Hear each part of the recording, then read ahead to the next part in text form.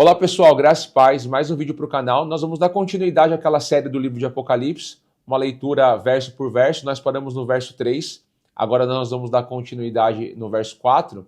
Eu não tenho pressa para ler esse livro assim, corrido. Eu quero explicar cada verso, porque esse livro é rico, tem muita informação. Eu sei que nós vamos terminar de ler esse livro e eu acredito que muitos vão continuar meditando no livro de Apocalipse. Então, não tenha pressa. Por isso que, assim, se você está aqui nesse vídeo a primeira vez, eu peço que você comece pela introdução, depois nós temos mais um vídeo ali. Já tem aí os capítulos 17, 18, 19, 20, 21 e 22. Então eu estou completando essa playlist. Eu comecei esse trabalho lá no curso bíblico online com o pastor Felipe. Então eu peço para você que talvez entrou a primeira vez no vídeo, se você não conhece o nosso trabalho, tem um canal do curso bíblico online, que é do pastor Felipe, que eu trabalhava junto com ele ali. Esse canal aqui é um canal que eu comecei a desenvolver. Então é um canal pequeno e se você quiser ajudar, eu não sou muito de pedir isso daí, mas de vez em quando eu vou pedir para os irmãos, para você curtir, compartilhar, se inscrever no canal, ativar os sininhos, porque isso nos ajuda aqui o trabalho.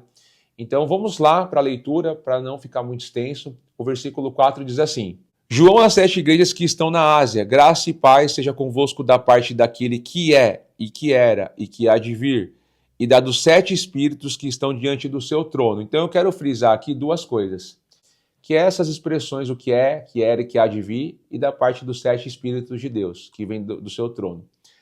Quando a gente vai ver essas expressões, nós vamos ver lá em Apocalipse 11, no ressoar da última trombeta, aquele que é, que era e que há de vir, e também nós vamos ver ali nas taças, o que é e que era. Por que Deus se apresenta como aquele que é presente, aquele que era passado e aquele que há de vir? Boécio, ele define isso maravilhosamente. Eu tenho falado isso algumas vezes, a definição de eternidade. A eternidade é o que? A posse simultânea de todos os momentos. Tanto futuro como passado, para Deus, ele contempla no presente. Porque Deus não tem um início e nem um fim, ele é eterno. Se ele não tem início e fim, não tem passado e nem futuro para ele, só presente. Então, nós não conseguimos compreender muitas vezes os desígnios de Deus, justamente porque nós não entendemos essa dimensão de eternidade. Só Deus é eterno, somente ele possui isso. Por isso que ele se revela através do Filho, que também possui o atributo de eternidade, de ser um Deus eterno, porque o Pai e o Filho são um, mas não é que o Filho é uma criatura que se une ao Pai. O Filho é gerado da mesma essência e substância. Então o Apocalipse ele trabalha muito nessa questão do Pai, do Filho e do Espírito Santo. Quando nós vamos ler ali em Êxodo 13, 14, quando Deus se apresenta para Moisés, e Moisés vai falar, como é que eu vou dizer para os meus irmãos quem que me enviou? Ele vai dizer assim, diga que o eu sou te enviou.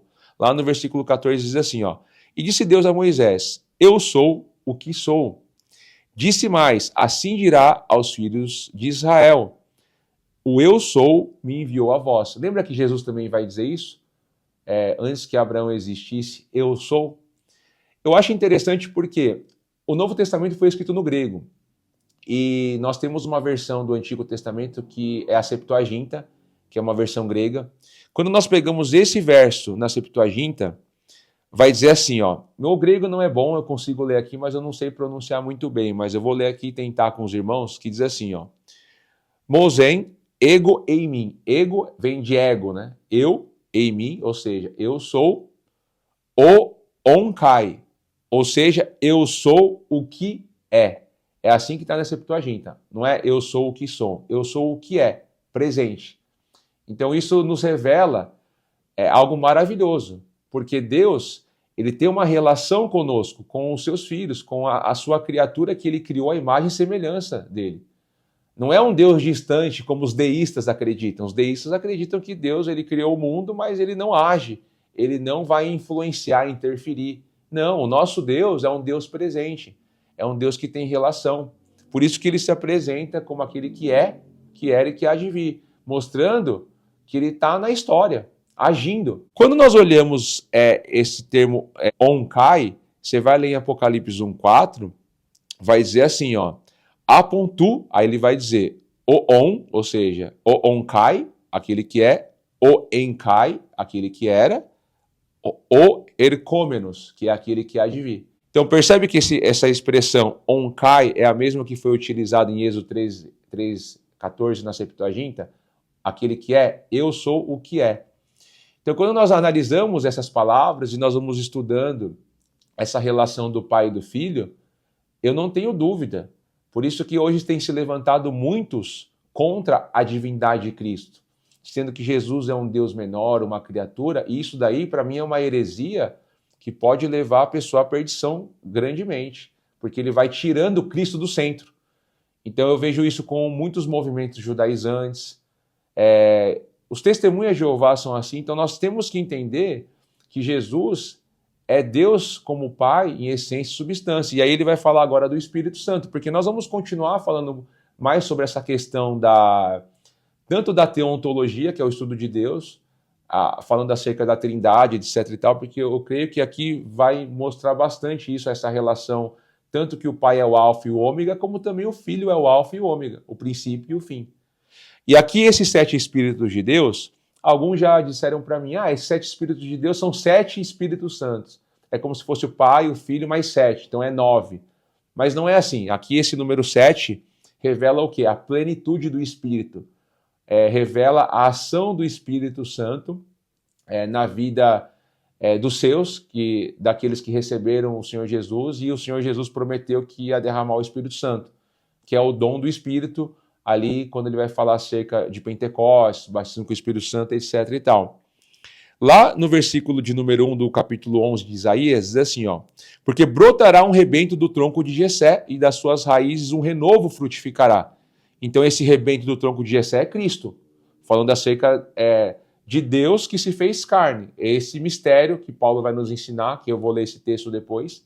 Então é a encarnação do verbo, por isso que Filipenses vai dizer assim, que ele, subsistindo em forma de Deus, não julgou ser igual a Deus, antes se esvaziou, assumindo a forma de servo. O apóstolo João vai dizer assim, que no princípio era o Logos, a palavra, e a palavra era Deus e estava com Deus. Então vai mostrar que o verbo se fez carne. Então esse é o mistério da encarnação. E repousará sobre ele o Espírito do Senhor, o Espírito de sabedoria, de entendimento, o Espírito de conselho e de fortaleza, o Espírito de conhecimento e de temor ao Senhor. Aqui nós vemos 7 coisas que está apontando para esses 7 Espíritos que vêm da parte de Deus. Então eu vejo que está fazendo uma ligação com Isaías, mostrando essa plenitude do Espírito. Então é por isso que eu não vejo aqui como 7 indivíduos, como alguns já ouvi falar que disseram isso, que para mim não tem sentido. Então é mostrando o número 7 como um número de pleno. E aí nós vamos continuar o versículo 5. E da parte de Jesus Cristo, né, que vem os 7 Espíritos, que é a fiel testemunha, o primogênito dentre os mortos e o príncipe dos reis da terra, aquele que nos amou e em seu sangue nos lavou dos nossos pecados e nos fez reis e sacerdotes para Deus e seu Pai. A ele seja a glória e poder para todos sempre. Amém. No versículo 5 e 6, nós vamos ver aqui esse termo primogênito dos mortos. Quando nós vamos estudar ali esse termo primogênito, nós temos muitas coisas para se falar que não vai caber nesse vídeo. Mas lá no Salmo 89, versículo 27, que é um salmo messiânico, ele vai falar desse verso aqui, que é igualzinho aqui que João cita, faloei por isso o meu primogênito, o mais elevado entre os reis da terra. E aí quando nós vamos ler as cartas de Paulo, principalmente em Colossenses, ele vai mostrar acerca desse primogênito, vai falar do primogênito dos mortos, primogênito entre muitos irmãos. Ele vai citar sempre essa expressão primogênito, que o filho, ele é o primogênito por quê? Porque ele é o primeiro a ser gerado. Por isso que ele é tanto primogênito como o unigênito. O unigênito é aquele que é filho único. Mas ele se torna primogênito dentre muitos irmãos, quando Paulo vai dizer isso. Por quê? Porque Deus, em Cristo, fez o quê? Fez com que Cristo, nele convergisse todas as coisas no Cristo, e com isso ele vai ter um povo para si. E esse povo é esses irmãos. Por isso que ele se torna primogênito dentre muitos irmãos. Mas por que ele é o primogênito em uma ordem especial do ponto de vista que não é uma criatura? Porque ele é o primogênito unigênito. Zacarias vai dizer isso.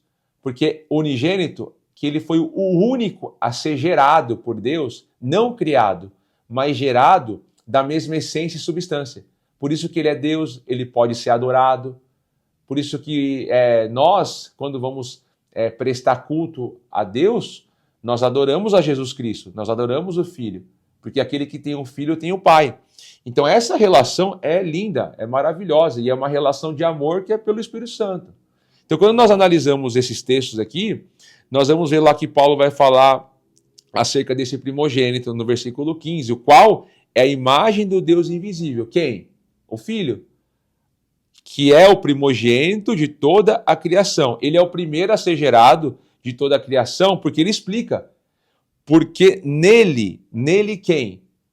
No Filho, o Verbo de Deus. Nele foram criadas todas as coisas que há nos céus e na terra, visíveis e invisíveis, sejam trono, sejam dominações, sejam principados, sejam potestades.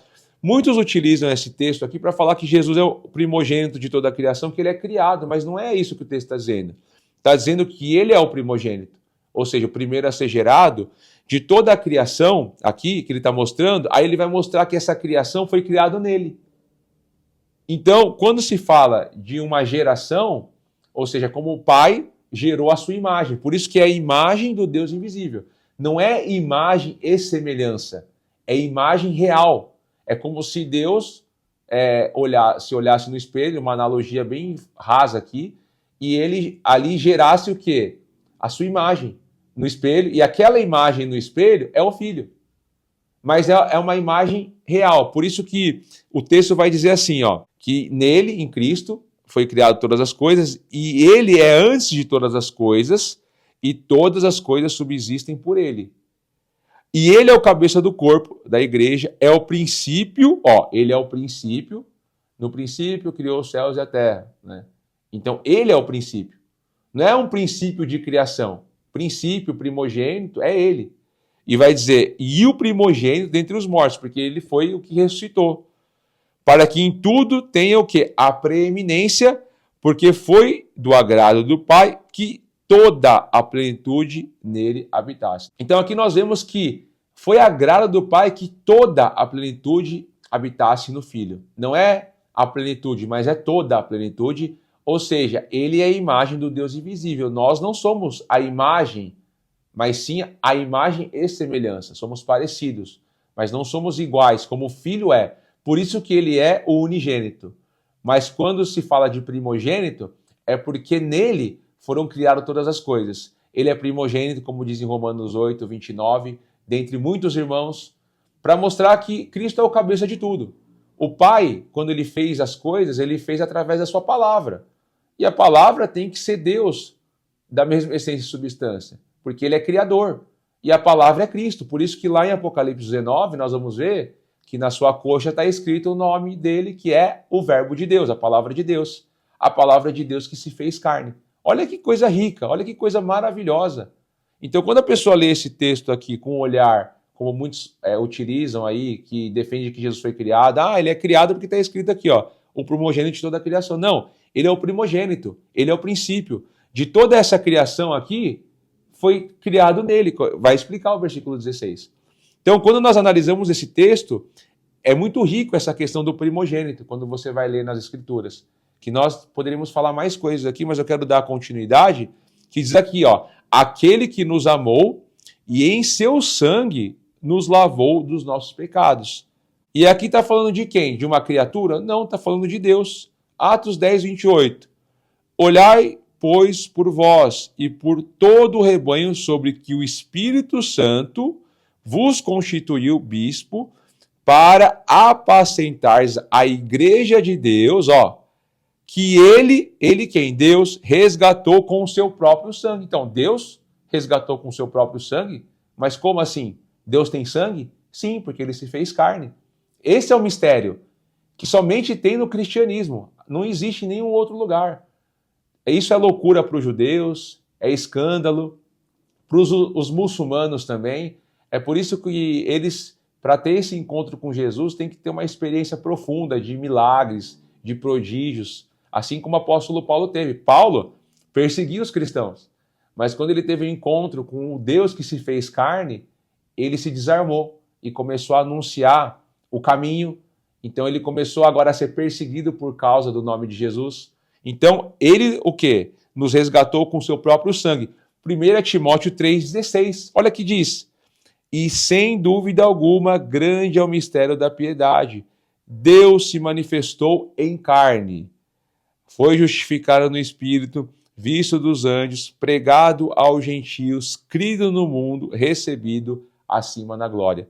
Aqui está o mistério da piedade. Deus que se manifestou em carne. Nas versões críticas, que muitos liberais defendem, o texto crítico, vai dizer aqui que é aquele que se manifestou em carne. Mas o texto original é Theos, não é Hos, né? Eles vão falar, porque você vai pegar um manuscrito, parece que é a palavra Hos, mas tem a palavra ali o teta, né? Então é Theos, né? Que é Deus no grego, que se fez carne. Então eu creio que o texto original é esse. Então muitos críticos aí textuais, eles utilizam a palavra aquele, porque tem muitos liberais que querem tirar essa divindade de Cristo. Querem até mesmo negar a ressurreição em carne. Ah, a ressurreição é espiritual. Então nós temos que tomar muito cuidado, que nós vamos ver aí daqui para frente uma tentativa muito grande de algumas editoras de introduzir versões bíblicas que vai picotando ali textos que muitos acreditavam que era inspiração, como por exemplo a mulher ali adúltera em João, Marcos capítulo 16, do versículo, se eu não me engano, 8 em diante, muitos já vão dizer que aquilo não faz parte do texto sagrado. Isso daí é perigoso. Eu creio que faz parte do texto. Por isso que eu defendo o texto majoritário, que é ali a versão ACF, a Almeida Corrigida Fiel. A atualizada, ela já parte dos manuscritos do texto crítico. Então a gente tem que tomar cuidado. Podemos ler? Sim, mas com certa prudência. E o texto de 1 Timóteo 3,16, esse mistério é Deus que se manifestou em carne.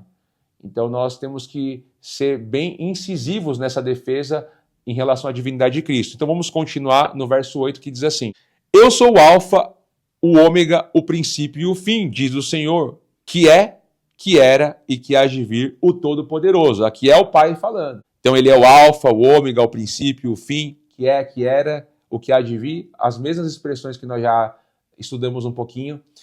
Eu vou parar nesse versículo para não ficar muito extenso o vídeo, mas eu vou ler alguns versos aqui só para a gente pegar essa parte, para mostrar que tanto esse, que é o Todo-Poderoso, que é o Pai, o Filho também, ele vai usar esses termos para ele. Quando você continua a ler o texto, no versículo 10, vai dizer assim, ó, e fui arrebatada no Espírito no dia do Senhor, e ouvi de trás de mim uma grande voz como de trombeta que dizia... Então eu não vou destacar esse dia do Senhor, a gente vai estudar esse no próximo vídeo, mas eu quero só frisar essa parte. Essa grande voz como de trombeta, ó, que dizia, o que essa voz dizia? Eu sou o alfa e o ômega, o primeiro e o derradeiro, ou seja, o princípio e o fim. E o que vês, escreve num livro e envia às 7 igrejas que estão na Ásia, a Éfeso, a Esmirna, a Pérgamo, a Tiatira, e a Sardes, a Filadélfia e a Laodiceia. Virei-me para ver a voz que falava comigo e, virando-me, vi 7 castiçais de ouro.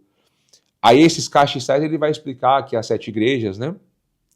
E aí diz, e no meio dos 7 castiçais, um semelhante ao Filho do Homem. Aqui está falando de Cristo. Se você ver a descrição, a sua cabeça e cabelos eram brancos como a lã, branca como a neve, e seus olhos como chama de fogo. Nós vamos ver aqui que está apontando para Cristo.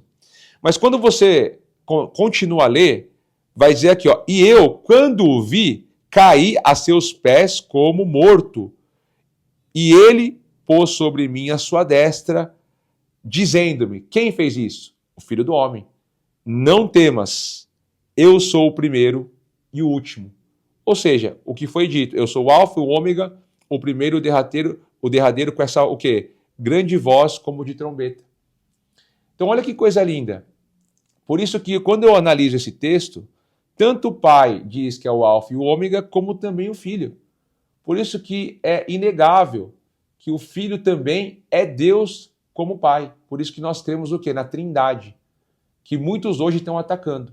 Então, nesse canal, você vai ver aqui uma pessoa que vai defender com unhas e dentes a doutrina da Trindade. Eu não negocio essa doutrina. Tem gente que vai falar que isso é pagão, que é coisa de católico, e isso é mentira, que é coisa de Constantino. Quem estuda um pouquinho de história da igreja sabe que isso é mentira. E isso a gente vai falar bastante nesse canal. Nós vamos falar bastante sobre Trindade e refutar e combater todos esses hereges, eu vou chamar assim, que tentam diminuir a divindade de Cristo, negando a adoração, porque eles vêm com um discurso falacioso, dizendo assim, não, nós cremos em Jesus, que Ele é Deus. Mas quando você chega objetivamente e diz assim, podemos adorar Jesus, fica ali em cima do muro, não quer dar uma posição clara, só para confundir os irmãos mais simples. Então tome cuidado com essas doutrinas que vêm muitas vezes dos movimentos judaizantes. Amém? Então vamos encerrar por aqui. Que Deus abençoe a sua vida em Cristo Jesus e eu espero você no próximo estudo. Se você gostou, mais uma vez, compartilhe, curta e estamos aí. Qualquer coisa, deixe suas perguntas que eu estou tentando responder. Se você quiser também participar do grupo que eu tenho no Telegram, eu vou ver se eu disponibilizo aqui o link para os irmãos entrarem, porque é um grupo fechado. Então, assim, agora está com 298, 97 pessoas. Geralmente eu deixo ficar até umas 310.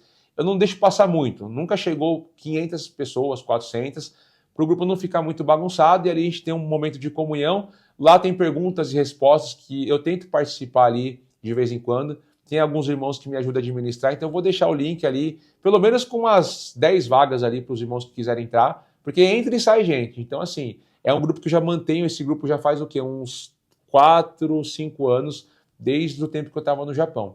Daí a gente vai tendo uma comunhão mais próxima. Amém? Então é isso. Fiquem na paz de Jesus Cristo e até o próximo vídeo, se Deus quiser. Deus abençoe.